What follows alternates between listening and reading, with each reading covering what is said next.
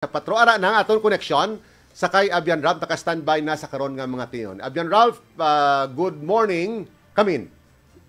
Abian Mike, finally kabay pa nga amo na ni sige na ang pag-operate sa Ungka flyover dira sa may Ungka Haro. Okay. Bali kay natigin sana natigayon ang simple lang programa sa pagbukas sa Ungka flyover headed by Father Reynard Balupinios dito sa may tunga nagsugod.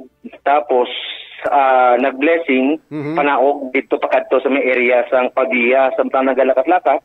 Siyempre nagapanganguyo, nagawrawaslik ka mga bindita nga to sining pare din. Grabe ter. Pagabot dito sa may punta sa may Abian Ralph. Dali lang. Grabe ter mo ba samtang nagalakat-lakat ha gapangamuyo? Samtang galakat-lakat gapangamuyo ka nagawaslik-waslik. Anong ano holy water? Bindita. Oo, sige. Sige lakat ni Father Reynard, sige man ang waslik sang bindita, nagasunod ang taga-DPWH. Okay. Abian Mike, sang ginbuksan liwat ni Tina. Tiara si Director Oropel kay na?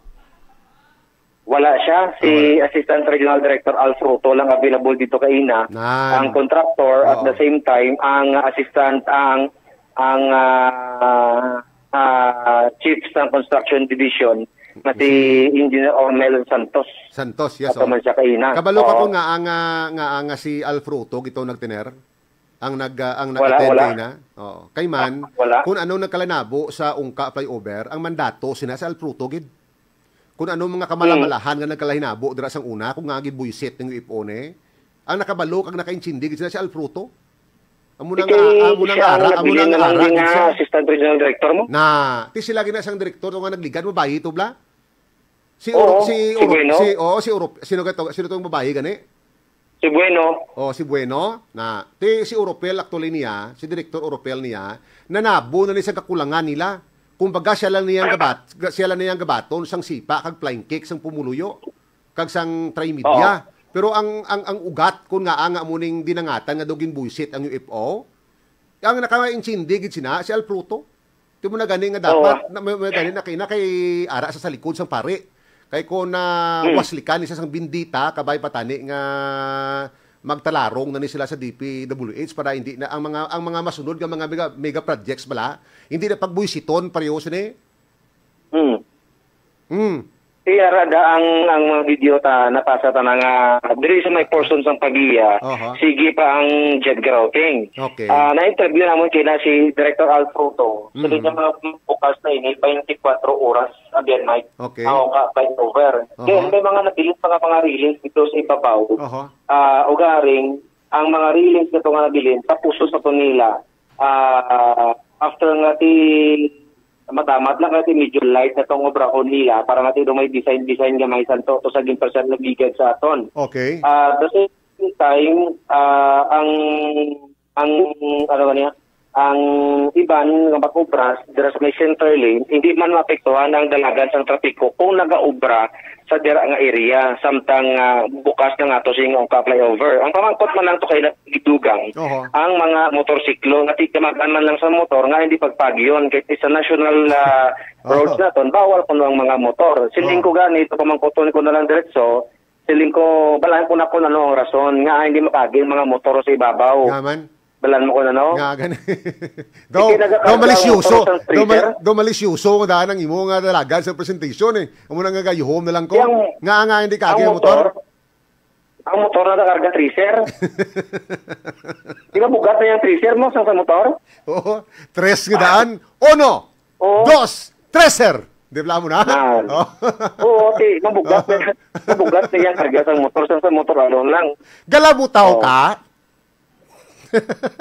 Nung manang ilang saktong ambal, hindi pwede kasi motor bibitang nga mga motor. Hindi pwede motor, hindi pwede bisikleta, hindi pwede tricycle, hindi pwede tricycle.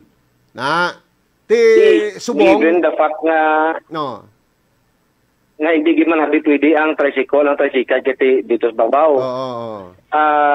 ang motor siguro makahambal kung ati medyong madasig-dasig na yung motor. Gari nagligad nakita talaga bidira nga may mga nagapinarumba nga mga motor. Doon nga hambal ni Engineer Alfruto, iga-address pa nila ining problema, istoryahan pa nila ini, Abian Mike, ang ining problema sa motor. Kag base pa man lang nga makonsiderar nila ang pagpagi. Sa ginapatuman nila nga 40 kilometers per hour, din niya gis may 40 man, ibang tas cinta, laganong cinta. Correct. Gati nalbo, kati kung ikaw may nagid, dali nila labay eh. Samtang ka-report ka bala, galang tao ko di siyang present mo nga video. Grabe, dumuubos man ang bindita sang pari, sang anong term gani sina? Waslik, ano na siya man? Waslik sang pari. Oo, dumuubos man ang 1 ka litro nga bindita sang pari. O grabe, buti siningon damo nga demonyo ang talabugon sa ibabaw sang flyover. Tuwablaw? Ate ara sa dapat kanigin pa una ni Father ang taga DPWH. Doon may mga politiko. Tapos susunod si Father Slit. Doon may mga kalag pa sang politiko nakita kung doon ko pala lagyo. Tsakto ng panulo ko. Abyan Joe, tsakto ng panulo ko. So grabe, 1 litro ni nga holy water mo. Tiya makamakom no from other end to other end. Ang mugaligin waslikay na gid sang holy water. Tiga, grab, tingala ko man, at least mayo na ni subong kay after sang, why man nagmisa sa babaw, no? Daw, ano tawagan na religious ceremony lang, amula na? Daw blessing lang, kumbaga? Ay. Ano kagadula-dula imo signal? Daw blessing lang, daw blessing lang, daw gin-bless lang, no? Anong term naman? Abyan, bless lang, blessing, namangko to kay Abyan Brian, blessing. Dinamot ng kusang pamangkot ko simo. Ano ay? Grabe mga minango kaya ka pamangkot akong simo ya. Ano ni man misa? Yogs, doon hamot ko galingon kapag pamangkot ko simo nga ano ay ginmisahan so babaw sa flyover. Iya, what are you Bisayang baboy? Oh, nan. Isa pa na. Ano ihawan ta itong baboy? Kito? Pwede. Paduguan. Madala pa ni sa padugo ni flyover. Hindi.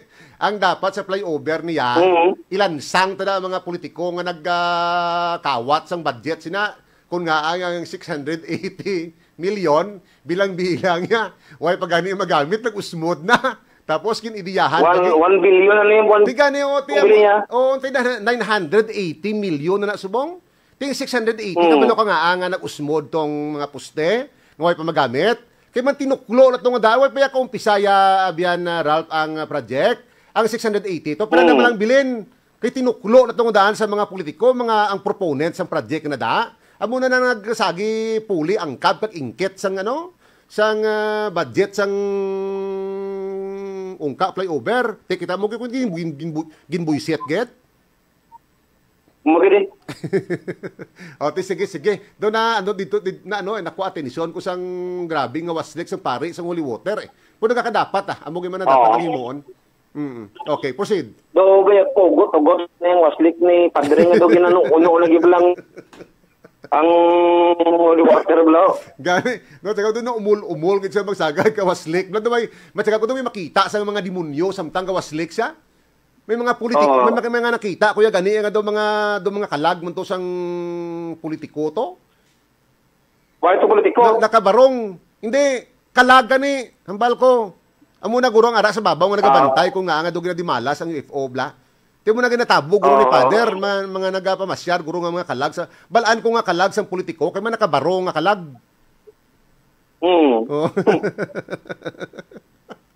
Yoks, pinunto, istoryato ni. Sige, proceed. Yari Blau, ang pila ka mga na-interview nato, nung ginuna ko ng mga drivers ang motor, Abian Mike, nga mo ni sila ang Y ko. Una ko na si Panoy gila, si Panoy, na siya sa may idalom sa Ungka, doon naman siya si Panoy sa may area sang Ungka Haro. Ano pala kumusta ho, ang Ungka flyover yung buksan, silingi di pa sigurado ko lang mayo, sa barang daw nahin mo. Di pa matikunan si Panoy, while na siya napapicture, why man nagpa-video, Abian Mike. Si Panoy sa nga ito siling may interview. Okay, proceed. Mati tabi kay Panoy be. Ara naman si Jo. Kay nabuksan na tangan nga lanes sang ungka flyover to sa babaw. Jo, ika-apat na.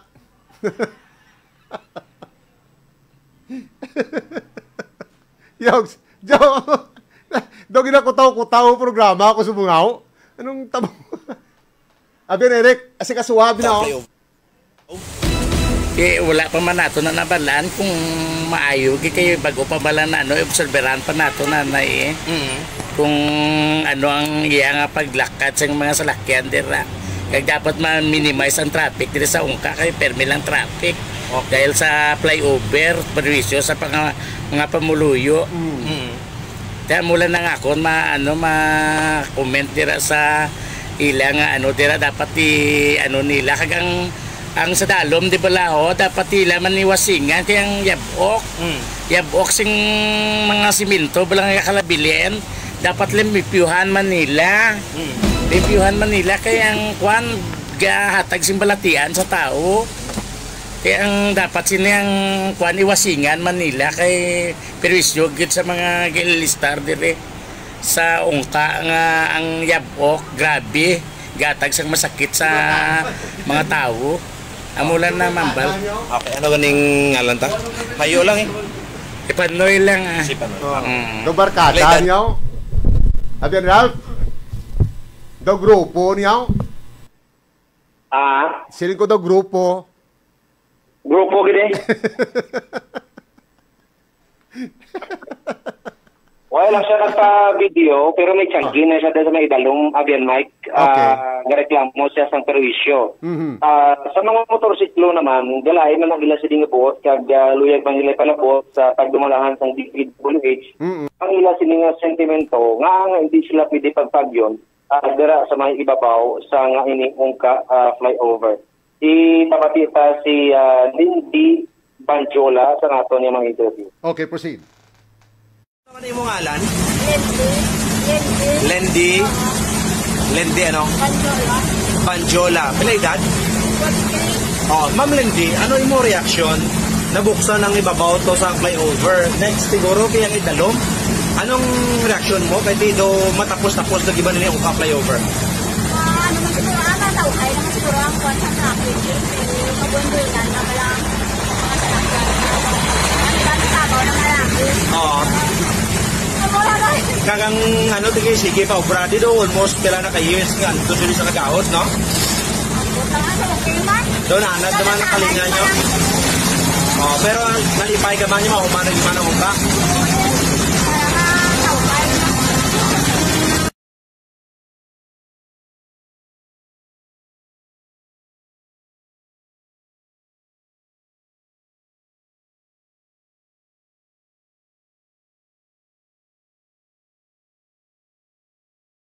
Ano yung ngalan ta, sir? Arvin. Pasilio. Taga din? Pila edad? 45. Ano reaksyon mo kay hindi kaging tricycle ang motor mo sa babaw? Aton nga mga motor?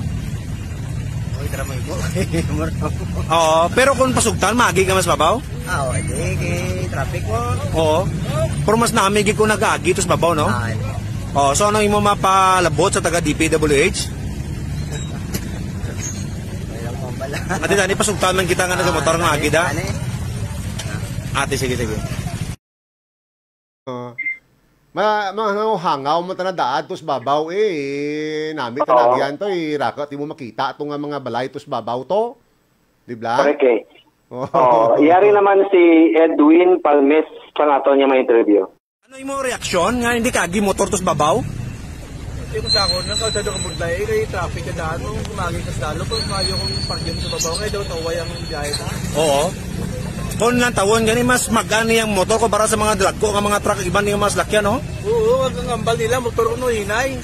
Hindi, pag yung sa kay hinay ko ng motor, mutiway siya kabalo, nga dasi niya, madagahan ng motor lang para sa mga dragko ng lakyan.